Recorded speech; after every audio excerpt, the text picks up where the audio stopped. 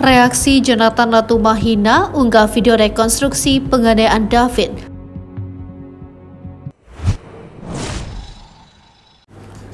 Reaksi Jonathan Latumahina unggah video rekonstruksi penganiayaan David, soroti Mario pelaku utama.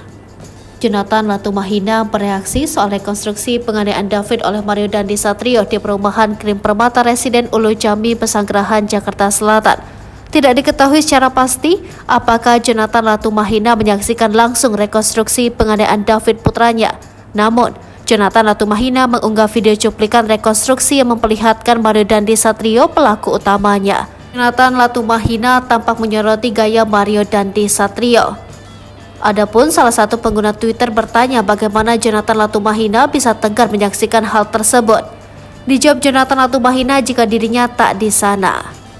Sebelumnya, Mario Dandisatrio terlihat menunduk ketika memeragakan adegan penganiayaan Kristalino David Ozora dalam rekonstruksi ulang kemarin Jumat 10 Maret 2023. Dalam rekonstruksi ulang yang dilaksanakan tersebut, tersangka Mario dan Shane didatangkan langsung ke tempat kejadian perkara penganiayaan David, yakni di perumahan Green Permata Residen Ulu Jambi, Pesanggerahan, Jakarta Selatan.